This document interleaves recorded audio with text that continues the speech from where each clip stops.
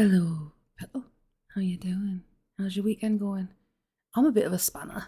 I'll tell you for why, because yesterday I was recording thinking, it's Thursday, I thought it was Thursday yesterday, and it was Friday, so I kind of like, I should have kind of twigged. There were various indicators as the fact that today is Friday, it is not Thursday, but when I was recording I kept saying it was Thursday when it was Friday, and but today is Saturday today. So I thought I would just jump on and do a quick chapter just to kind of, keep the flow going, hopefully. Hopefully I'll keep the flow going. I keep promising all these things and I just don't come through, and I'm really sorry about that because that's just not who I am, but it's been interesting. So we're gonna get it done. Because it's a good book and it's good fun and I'm enjoying it, and I want to do the series, and I want to start on Mary Poppins as well for winter, and like I said in the last one as well, but you see some people on social media, especially on this particular platform, who are so composed and they've got their scripts all worked out, and they kind of like, they just flow, and there's me jibber jabbering on, and I'm like, blah, blah, and I'm very grateful that you're all very, appreciative of my babble and my monologues. I appreciate that so very much. But sometimes I really wish I had that sort of like smooth like presentation where I actually had a linear thought. It is a linear thought. It's just there's about 12 of them at the same time. That's what the problem is. But no matter what, we enjoy it. We have fun with it. We've got lots of books coming. It's so exciting. I did get a treat this week. I got a book PR box and it is stunning. I got a fan with it and everything. See, you can hear me rummaging, and it's the Hong Kong Widow, which is a dear place in my heart. But yeah, I got a white fan with it, and I got some nibbly nip-nops with it, and it's a freaking amazing book. It's so good. 6 seances, 6 nights, a staggering reward is at stake, but will revenge be the sweetest prize of all? Nice gothic mystery. And the fact that it's set in Hong Kong is even better. So yes, that's going to be my book for the week. And I'll do a little presentation of that one, make a little video, as we do. So anyway, I've been whippling on for too long now, 2 minutes and 20, that's not a good idea.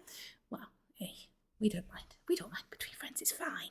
It's always good getting new books, and I'm absolutely spoiled by the ones I've been getting, and I'm very grateful. I'm very grateful for being in this position and being able to, bring some books to the fore, and also by sharing them and that sort of thing. So, yeah, tangent. So, let's get on with another fine myth by Mr. Robert of Aspirine. Chapter 15. Anyone who uses the phrase, easy as taking candy from a baby, has never tried taking candy from a baby. Hood. Now, narrators know, if that's supposed to be Robin Hood, did they have candy back in Lincoln in those days? I'd be very interested to find out what type of candy they had in Lincoln in the days of the legend of Robin Hood, even though I know he wasn't real. But was he really Robin of Locksley, or was he Robin Hood? Was he somebody else? Who knows? There's some very strange theories about Robin Hood online, I'll tell you that for nothing. I digress. Can we move now? I asked. Not yet, kid, not yet. Wait until the lights have been out for a full day. You mean a full hour? Whatever, now shut up and keep watching. We were waiting in the dead-end alley across the street from Frumple's shop. Even though we were supposedly secure in our new disguises, I was uneasy being back in the same town where I had been hung. It's a hard feeling to describe to someone who hasn't experienced it.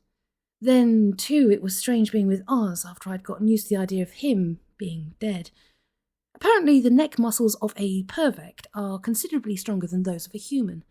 Aahz had simply tensed those muscles, and they provided sufficient support to keep the noose from cutting off his air supply. As a point of information, Aahz had further informed me that his scales provided better armour than most chainmail or plate armour available in this dimension. I had heard once that demons could only be destroyed by specially constructed weapons or by burning. It seemed the old legends may have actually had some root in fact. Okay, kid, Aahz whispered. I guess we've waited long enough. He eased himself out of the alley and led me in a long circle around the shop, stopping again only when we had returned to our original spot by the alley. What do you think, kid? Don't know. What were we looking for? Tell me again about how you plan to be a thief. Aahz sighed. Look, kid, we're looking over a target, right? Right, I replied, glad to be able to agree with something. Okay, I said, okay, how many ways in and out of that shop did you see? Said, how many ways did you see? Just one. The one across the street there. Right. Now, how do you figure we're going to get into the shop? I don't know, I said honestly. Come on, kid, if there's only one way in. You mean we're just going to walk in the front door? Why not? We can see from here. The door's open. Well, if you say so, Oz, I just thought it would be harder than that. Oh, nobody said it was going to be easy. Just because the door's open doesn't mean the door's open. I didn't quite get that, Oz. Think, kid. We're after DeVille, right? He's got access, I said he's got access to all kinds of magic and gimmicks. Now what say you close your eyes and take another look at that door? I did as I was told. Immediately the image of a glowing cage sprang into my mind, a cage that completely enclosed the shop. He's got some kind of ward up, Aahz, I informed my partner. It occurred to me that a few short weeks ago I would have held such a structure in awe. Now I accepted it as relatively normal, just another obstacle to be overcome. Describe it to me, Aahz hissed. Well, it was bright and whitish purple. There's a series of bars and crossbars forming squares about a handspan across. Is it just over the door, or all over the shop? All over the shop. The top's covered, and the bars run right into the ground. Well, we just have to go through it. Listen up, kid. Time for a quick listen. I opened my eyes and looked at the shop again. The building looked as innocent as it had when we first circled it. It bothered me that I couldn't sense the cage's presence the way I could our own wards. What is it, Aahz? I asked uneasily. Well, it's a ward, kind of like the ones we use, but a lot nastier. Nastier? How? Well, the kind of wards I told you to build are an early warning system and not much else. I said there's not much else. From the sounds of it, the stuff Rumpel is using will do considerably more. It will do considerably more. Not only will it kill you, it'll knock you into pieces smaller than dust. It's called disintegration. I said it's called disintegration. And we're going to go through it? I asked incredulously. After you've had a quick lesson. Now, remember your feather drills? How you'd wrap your mind around the feather for control? Yeah, I said, puzzled. Well, I want you to do the same thing, but without the feather. Pretend you're holding something that isn't there. Form the energies into a tube. Then what? Then you insert the tube into one of the squares in the cage and expand it. That's all. That's it. Come on now, give it a try. I closed my eyes and reached out with my mind. Choosing a square in the centre of the open doorway, I inserted my mental tube and began to... Narrator's note. I'm sorry. Choosing a square in the centre of the open doorway, I inserted my mental tube and began to expand it. As it touched the bars forming the square, I experienced a tingle and a physical pressure as if I'd encountered a tangible object. Easy, kid, Aahz said softly. We just want to bend the bars a bit, not break them. I expanded the tube. The bars gave way slowly until they met with the next set. Then I experienced another tingle and additional pressure. Remember, kid, once we're inside, take your time. Wait for your eyes to adjust to the dark. We don't want to tip Frumple off by stumbling around and knocking things over. I was having to strain now. The tube had reached another set of bars now, making a total of 12 bars I was forcing outward. Have you got it yet? Oz's whisper sounded anxious. Just a second. Yes! The tube was now big enough for us to crawl through. Are you sure? Yes. Okay, lead the way, kid. I'll be right behind you. Strangely enough, I felt none of my usual doubts as I strode boldly across the street to the shop. Apparently my confidence in my abilities was growing, for I didn't even hesitate as I began to crawl through the tube. The only bad moment I had was when I suddenly realised I was crawling on thin air about a foot off the ground. Apparently I had set the tube a little too high, but no matter. It held. Next time I would know better. I eased myself out of the end of the tube and stood in the shop's interior. I could hear the soft sounds of Oz's passage behind me as I waited for my eyes to adjust to the dark. Ease away from the door, kid, came Oz's whispered advice in my ear as he stood behind me. You're standing in a patch of moonlight, and you can collapse a tube now. Properly notified, I shifted away from the moonlight. I was pleased to note, however, that releasing the tube did not make a significant difference to my mental energies. I was progressing to where I could do more difficult feats with less energy than when I started. I was actually starting to feel like a magician. I heard a slight noise behind me and craned my neck to look. Aahz was quietly drawing the curtains over the door. I smiled grimly to myself. Good, we don't want witnesses.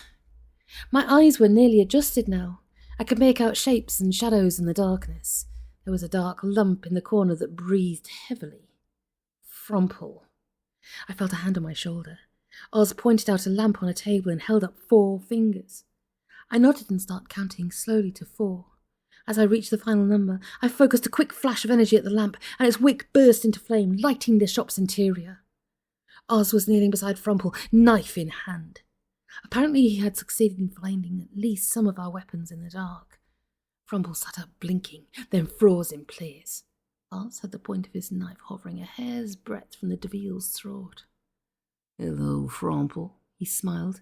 "Remember us?" "You!" gasped the Devil. "You're supposed to be dead." "Dead?" Aahz purred. "How could any harm befall us with our old pal Frumple helping us blend with the citizenry?"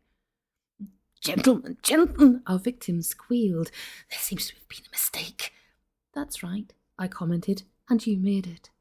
You don't understand," Frumple persisted. "I was surprised and horrified when I heard about your deaths." "Yeah, we weren't too happy about it ourselves." "Later, kid. Look, Frumple, right now we have both the ability and the motive to kill you, right?" But I... "Right." Aahz moved the knife until the point was indenting the skin on Frumple's throat. "Right," the Devil whispered. "Okay, then." Aahz withdrew the knife and tucked it back into his waistband. "Now let's talk business." "I don't understand," Frumple stammered, rubbing his throat with one hand as if to assure himself that it was still there.